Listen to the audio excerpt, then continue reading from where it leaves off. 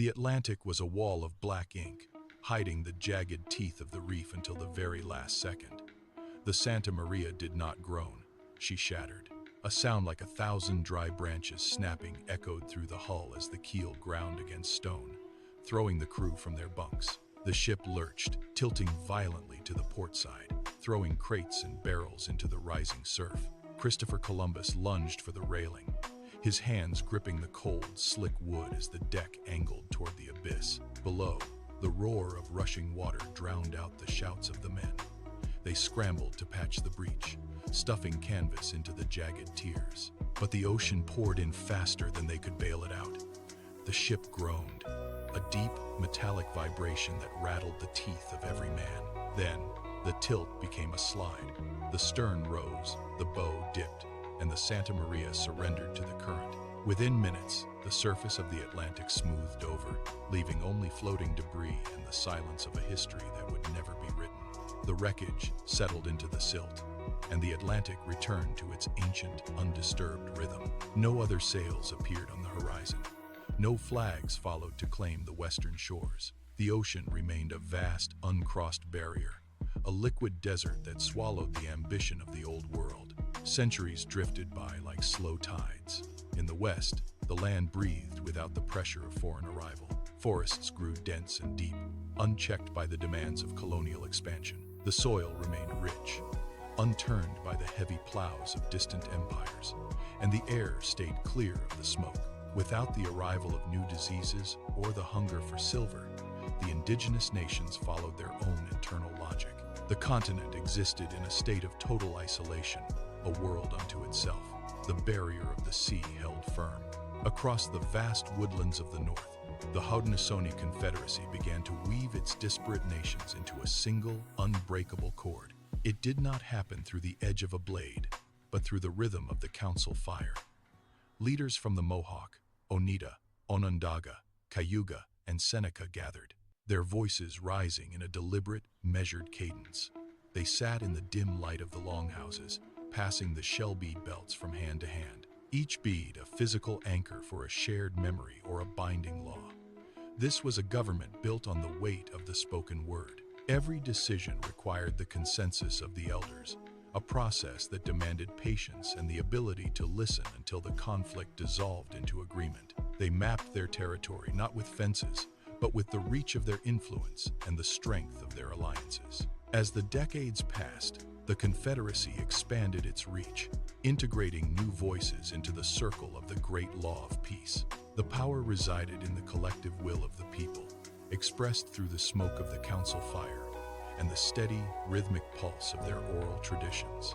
The cities did not conquer the forest, they climbed into it. Massive stone foundations were laid deep into the earth, supporting frameworks of seasoned cedar and oak that rose to meet the high branches. Architects carved dwellings directly into the massive trunks, connecting them with suspension bridges woven from sturdy vines and treated bark. These structures moved with the wind, swaying in rhythm with the trees themselves. There were no paved roads to scar the landscape. Instead, travel occurred along elevated walkways that mirrored the natural paths of the forest canopy. Below, the ground remained a sanctuary for wildlife. Water was managed through gravity-fed channels, carved from stone and lined with moss, directing mountain runoff into cisterns hidden within the vertical architecture. Light filtered through the leaves, dappling the stone-inlaid plazas that sat suspended 50 feet above the forest floor. These were not static monuments, but living, breathing extensions of the woodland.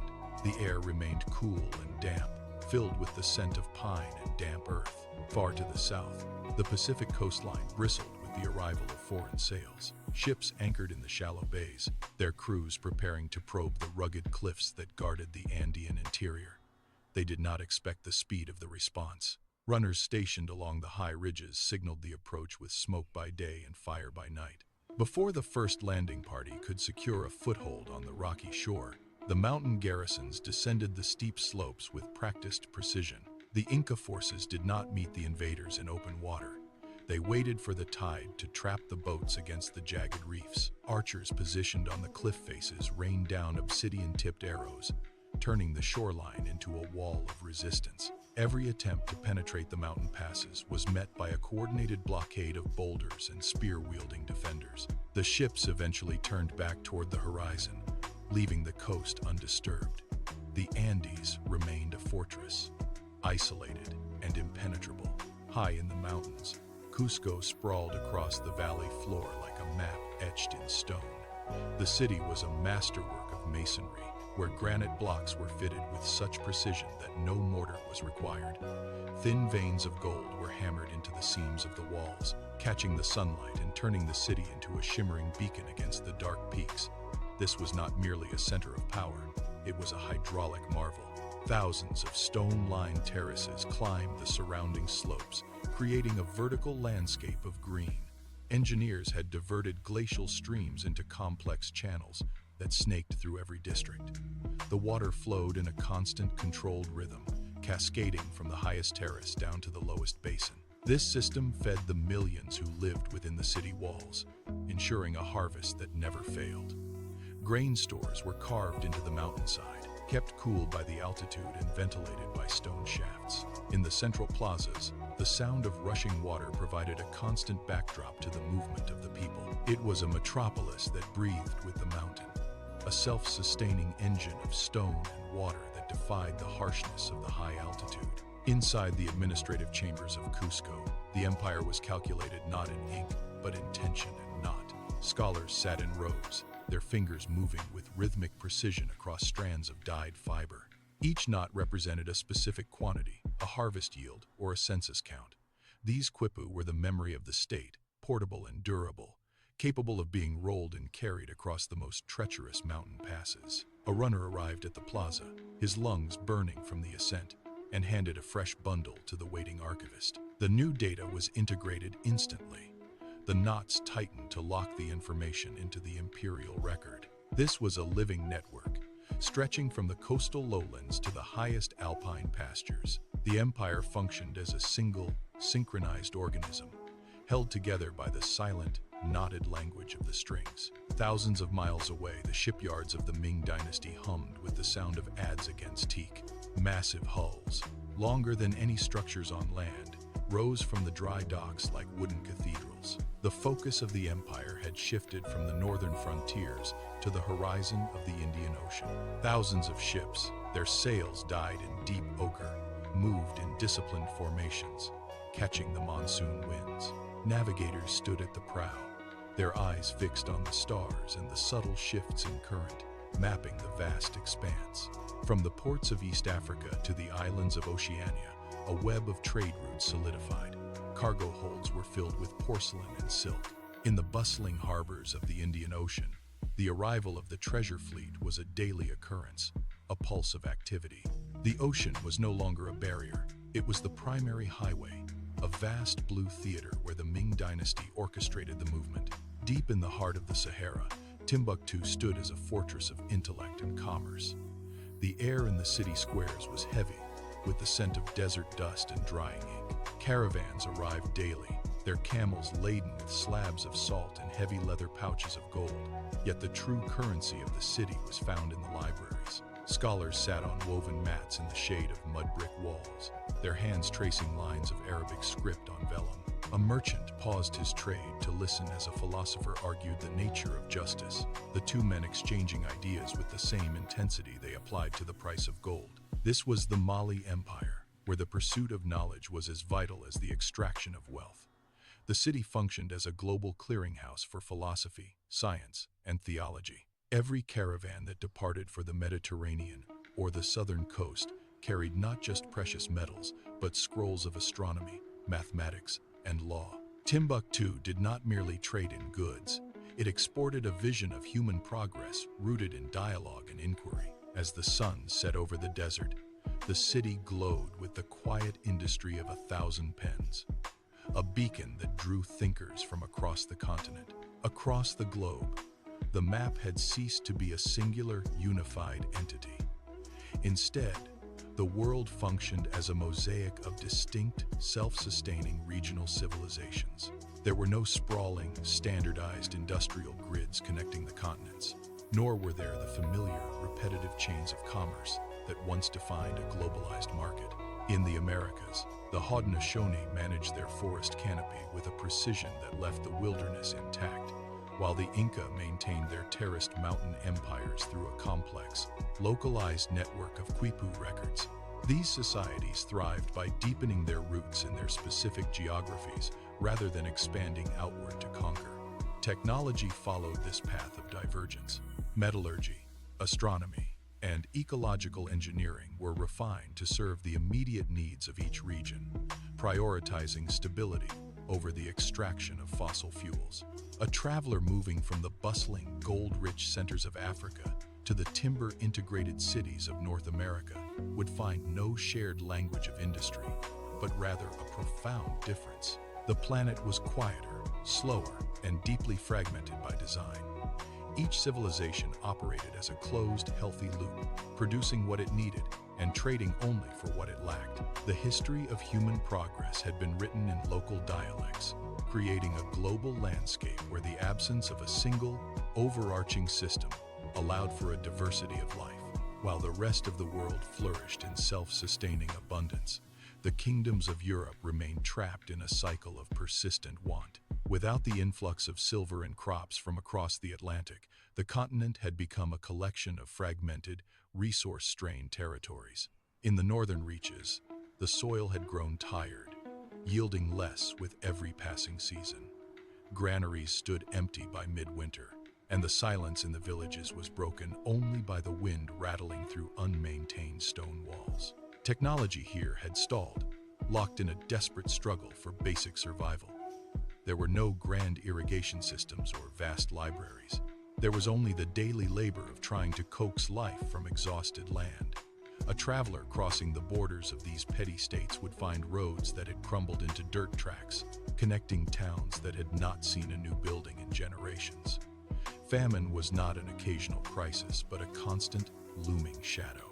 While empires elsewhere mapped the stars and refined their ecological engineering, these kingdoms looked inward, consumed by the mechanics of scarcity.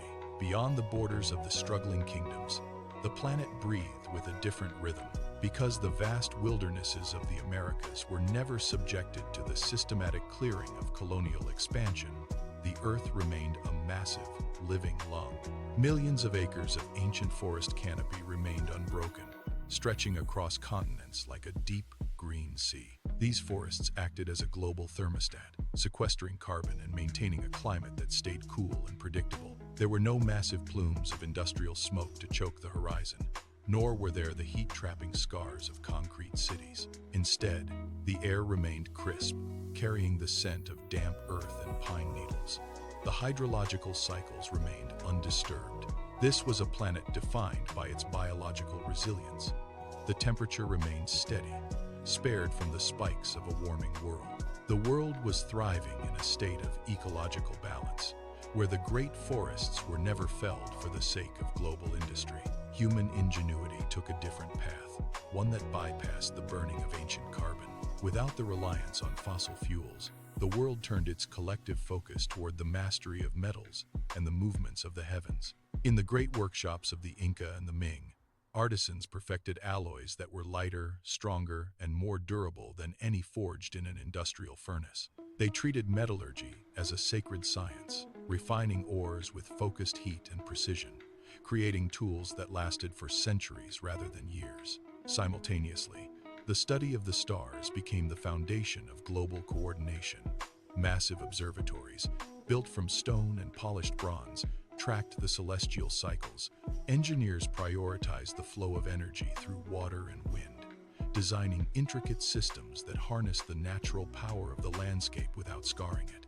They built machines that operated in silence, powered by the kinetic energy of mountain streams or the steady rotation of the Earth itself.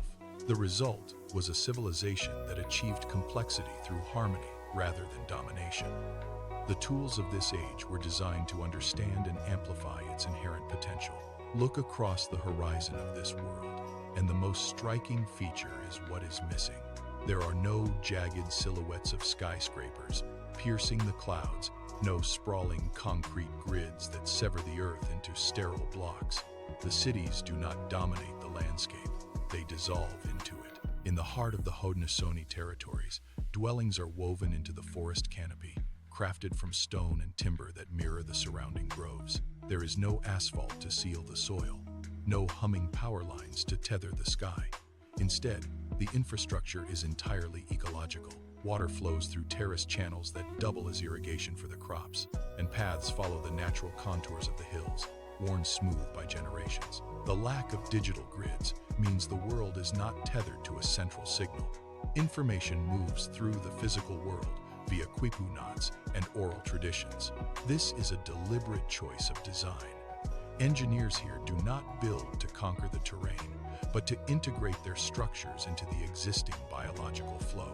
There is no artificial glow at night, only the soft light of the stars reflecting off stone masonry, marking a civilization that grew alongside nature. For weeks, the only reality was the rhythmic pulse of the ocean against the hull. The Polynesian navigators relied on the stars, the swell of the currents, and the flight patterns of seabirds to guide their vessels. Then, the air changed. It carried the scent of pine needles and damp earth, a sharp contrast to the endless salt spray. A lookout stood at the prow, eyes fixed on the gray veil of the morning mist. Slowly, the fog began to fray.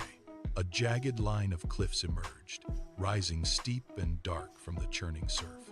The navigators held their breath. No industrial ports marred the rugged edge of the continent. It was a silent, verdant wall of ancient forest. The vessels slowed, the crews lowering their sails as they drifted toward the shallows. They had found the edge of the map, and what lay beyond was a mystery that would change their world forever. The navigators waded through the surf, their feet sinking into sand that held no trace of oil or debris. As they pushed past the tree line, the expected wild, impenetrable thicket gave way to something far more deliberate. They stepped into a grove where the fruit trees were spaced with rhythmic precision, their branches heavy with harvest. This was not a wilderness left to chance. It was a landscape curated by hand. Every stream had been diverted into stone-lined channels.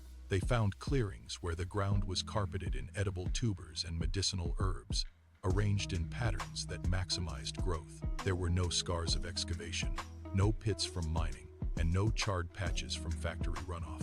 The air was thick with the scent of blooming flora. Indigenous nations had spent thousands of years refining this balance, pruning the canopy to invite light and managing the undergrowth. The navigators stood in the center of a vast, thriving garden, witnessing a world where the land reached its full, untamed potential. The meeting happened in a clearing where the light filtered through the canopy in soft, golden shafts. The local people emerged from the trees, their movements fluid and unhurried. They did not speak in a tongue the navigators knew, nor did they look for a common bridge of trade.